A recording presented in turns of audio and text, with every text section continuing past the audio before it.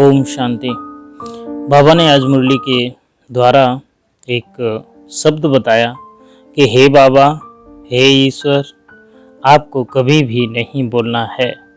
लेकिन ज़्यादातर लोग देखे होंगे बैठते उठते हे प्रभु, हे ईश्वर, तेरी माया, ऐसे करके शब्द बोलते हैं। उनका मीनिंग क्या है?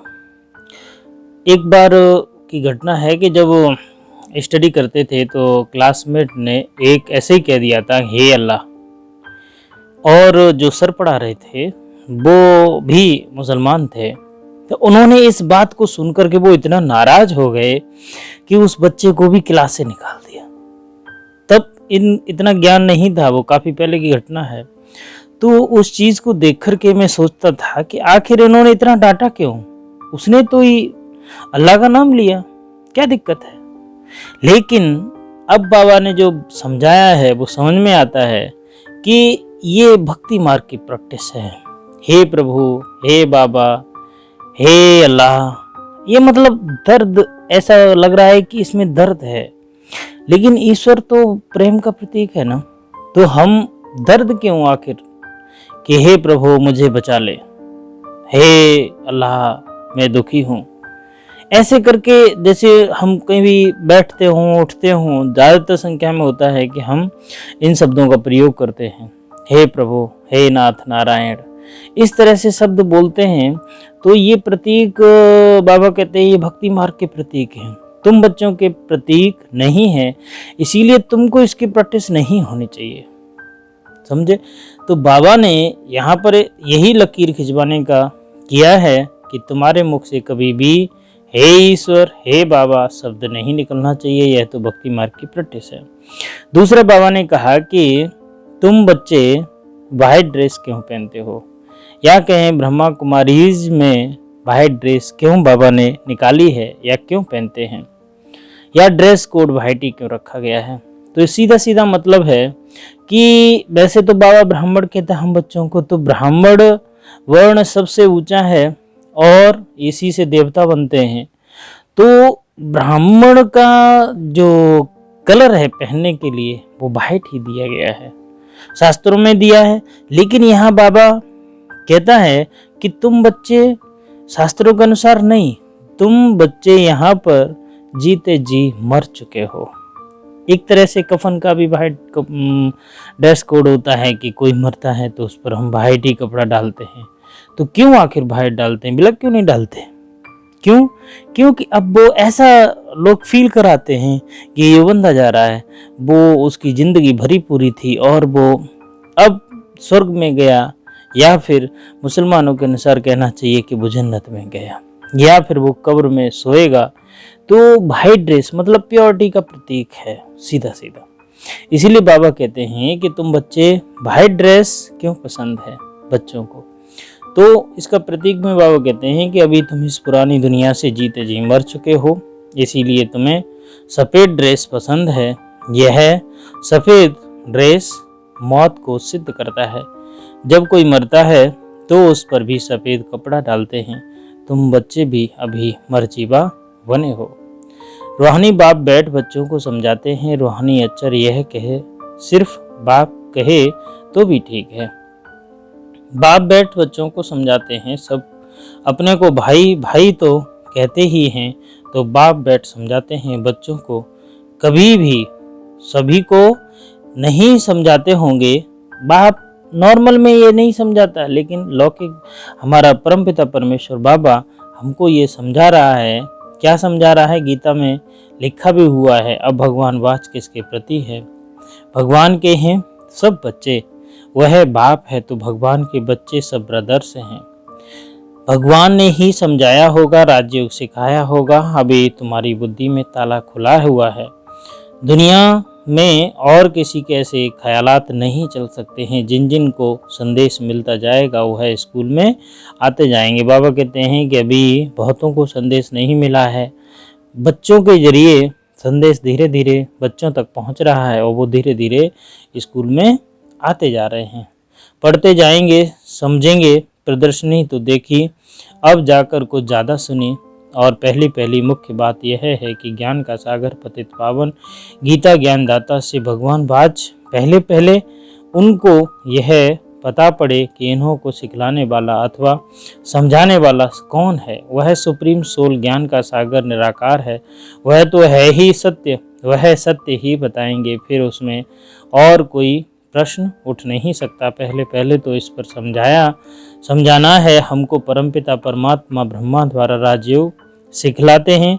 यह राजाई पद है जिसको निश्चय हो जाएगा कि जो सबका बाप है वह पारलौकिक बाप बैठ समझाते हैं, वही सबसे बड़ी अथॉरिटी है, तो फिर दूसरा कोई प्रश्न उठ नहीं सकता। बाबा कहते हैं कि धीरे धीरे यहाँ पर बच्चे आते जा रहे हैं और भगवान जो गीता कही गई वो भगवान शिव बात है, शिव के द्वारा कृष्ण के द्वारा कही गई है।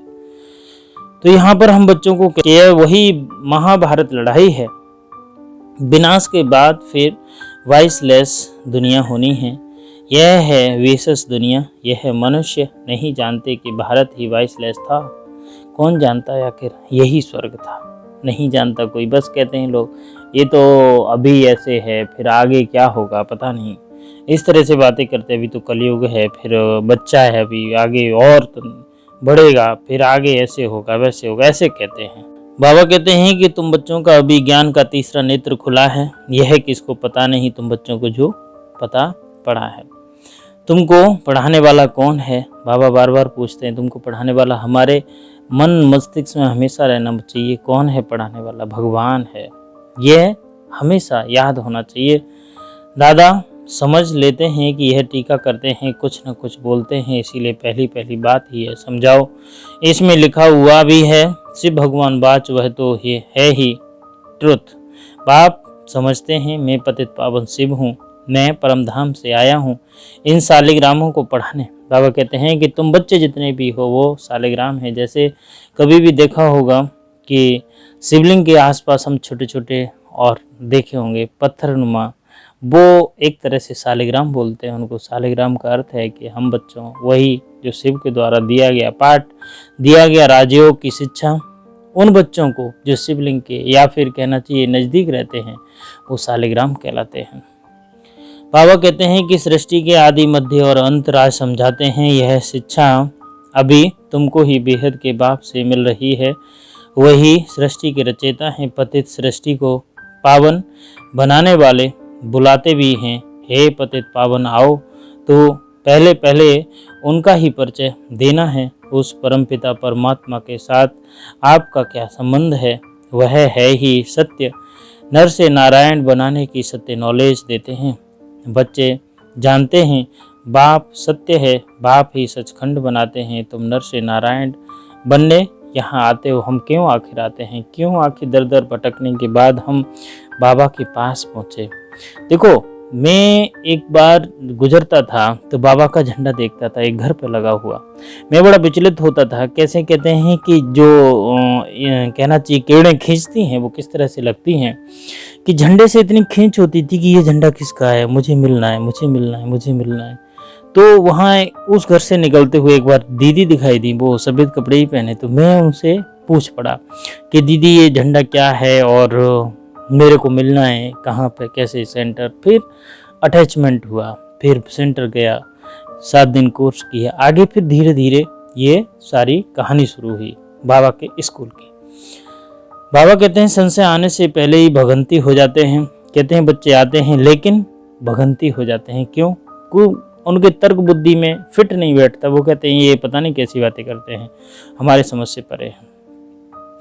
बाबा कहते हैं भगवान बाच काम महाशत्रु है, इन पर जीत पाने से पहले तुम जगत जीत बनेंगे। इसीलिए बाबा ने सफेद ड्रेस कोड दिया है कि बच्चे तुम मरते मरते जीते जी मर चुके हो। इसीलिए बाबा कहते हैं कि यह है ही राजयोग की बात, तुम जाकर वहाँ राजाई करेंगे, बाकी तो आत्माएं हैं वह हिसाब किताब चुकतू कर वापस अपने घर चली जाएंगी। यह कयामत का समय है। अब यह बुद्धि कहती है सतयुग की स्थापना जरूर होनी है। पावन दुनिया सतयुग को कहा जाता है। बाकी सब मुक्ति धाम में चले जाएंगे, उनको फिर अपना पोर्ट रिपीट करना है। तुम भी अपना पुरुषार्थ करते रहते हो पावन दुनिया का मालिक बनने के लिए। मालिक तो सब अपने को समझाएंगे ना। प्रजा भी मालिक है। अभी प्रजा भी कहती है ना, हमारा भारत बड़े ते बड़े। मनुष्य, सन्यासी आदि भी कहते हैं हमारा भारत। यह समझते हो इस समय भारत में सभी नरकवासी हैं। अभी तुम स्वर्गवासी बनने के लिए राजयोग सीख रहे हो। सब तो स्वर्गवासी नहीं बनेंगे, यह अभी ज्ञान आया है। वो लोग जो सुनाते हैं, शास्त्र सुनाते हैं, वह है शास्त्रों की अथॉरिटी। बाप कहते हैं यह भक्ति मार्ग के वेद शास्त्र आदि सब पढ़ने से सीढ़ी नीचे उतरते जाते हैं। बाबा कहते हैं कि जो भी तुम शास्त्र पढ़ते हो, होता क्या है कि हम जितने भी शास्त्र पढ़ते हैं तो लोग पांडित्य अपने को समझने लगते हैं कि मेरे को इतना आता है, तो जो अहंकारी हो जाता है और जो देह में नहीं बना वो गिरा। जब तक हम देह से ऊपर नहीं उठेंगे, बेहद में नहीं चलेंगे, तब तक हमारी वृत्ति, दृष्टि और कृत्य भी शुद्ध नहीं होंगे। और शुद्ध नहीं होंगे तो हमें परमात्मा का कोई लाभ भी नहीं मिलेगा। बाबा कहते हैं मेजॉरिटी तो भक्तों की है। देखो आज दुनिया में मंदिर, नवरात्रे आए, चाहे शिवलिंग की ही देखो, आता है एक पर्व, तो कितने मंदिरों में भीड़ लगती है, लाखों लोगों की भीड़ लगती है। आखिर क्यों? जब तुमको ज्ञान मिला, सब कुछ है, फिर भी लोग नहीं समझते कि हमको तो भक्ति ही करनी है। तो बाबा कहते हैं कि भक्ति मार्ग में कितने लोग धक्के खाते रहते हैं, फिर भी वो कहना नहीं मानते। बाबा कहते हैं भक्ति और ज्ञान में तो फर्क है। तुम्हारे मुख से कभी हे ईश्वर, हे भगवान यह अक्षर नहीं निकलेंगे। क्यों? मनुष्यों को तो यह आधा कल्प की प्रैक्टिस पड़ी हुई है। तुम जानते हो कि वह तो हमारा बाप है। तुमको हे बाबा थोड़ी ही करना है, बाप से तो तुमको वर्षा लेना है। पहले तो यह निश्चय है, हम बाप से वर्षा लेते हैं, बाप बच्चों से वर्षा लेने का अधिकारी बनाते हैं। यह तो सच्चा बाप है ना। बाप जानते हैं यह हमारे बच्चे, जिन्हों को हम ज्ञान अमृत पिलाएं, ज्ञान चिता पर बिठाएं, घोर नींद से जगाएं, स्वर्ग में ले जाता हूँ। बाप ने समझाया है आत्माएं वहाँ शांति धाम सुख धाम में रहती हैं। सुख धाम को कहा जाता है वॉइसलेस वर्ल्ड, संपूर्ण निर्विकारी देवी देवताएं हैं ना, और वह है स्वीट होम। तुम जान गए हो हमारा होम वह है। कौन सा होम है तुम्हारा? तुम जान गए हो कि हमारा होम वह है। हम एक्सपर्ट उस शांति धाम में आते हैं, यह पाठ बजाने। हम आत्माएं यहाँ रहवासी नहीं हैं, कि वह एक्टर्स यहाँ के रहवासी होते हैं, सिर्फ घर से आकर के ड्रेस बदल कर पाठ बजाते हैं। तुम तो समझते हो हमारा घर शांति धाम है, वहाँ हम फिर वापस जाते हैं। जब सब एक्टर्स स्टेज पर आ जाते हैं तब फिर बाप आकर सभी को ले जाएंगे। इसीलिए तुमको लिबरेटर गाइड भी कहा जाता है, दुख हरता सुख करता। तो इतने सब मनुष्य कहाँ जाएंगे? विचार करो। पतित पावन को बुलाते हैं, किस लिए बुलाते हो? अपनी मौत के लिए। दुख की दुनिया में रहने नहीं चाहते, इसीलिए कहते हैं घर चलो। यह सब मुक्ति को ही मानने वाले हैं। भारत का प्राचीन राजयोग है, कितना मशहूर है। विलायत में भी जाते हैं प्राचीन राजयोग सिखलाने। वास्तव में हठ योगी तो राजयोग जानते ही नहीं है, उन्हों का राजयोग ही रॉन्ग है। बाबा कहते हैं कि तुम देखते हो बच्चे, कितने लोग हैं जो कि अपना एक्टर्स का पार्ट करते हैं और घर से तो वही कपड़े पहन के आते हैं, लेकिन बाद में वो कपड़े चेंज कर लेते हैं और स्टेज पर अपना पार्ट बजाने के बाद से वो फिर से वही कपड़े पहन करके अपने घर चले जाते हैं। वही तुम्हारा है कि तुम भी यहाँ पर आए हो केवल एक ड्रामा करने, और ड्रामा का पार्ट अदा होने के बाद तुम भी वापस अपने घर चले जाओगे। आज का जो बाबा ने धारणा के लिए बताया है कि भाई भाई की दृष्टि का अभ्यास करते हुए लौकिक बंधनों से तोड़ निभाना है, बड़ी युक्ति से चलना है। विकारी दृष्टि बिल्कुल नहीं जानी चाहिए। कयामत के समय संपूर्ण पावन बनना है। बाप से पूरा वर्षा लेने के लिए अच्छी रीति पढ़ाई करनी है और पतित पावन बाप से योग लगाना है। वरदान है बाबा ने दिया कि कमजोरियों को फुल स्टॉप देकर अपने संपन्न स्वरूप को प्रख्यात करने वाले साक्षात्कार मूर्त भव। विश्व आपके कल्प पहले संपन्न स्वराज पूज्य स्वरूप का सिमरण कर रही हैं, इसीलिए अब अपने संपन्न स्वरूप को प्रैक्टिस में प्रख्यात करो। बीती हुई कमजोरियों को फुल स्टॉप लगाओ।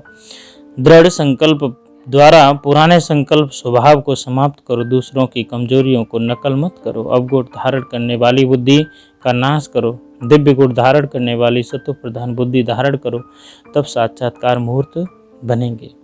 स्लोगन है, अपने अनादि और आदि गुणों को स्मृति में रख उन्हें स्वरूप में लाओ। ओम शांति।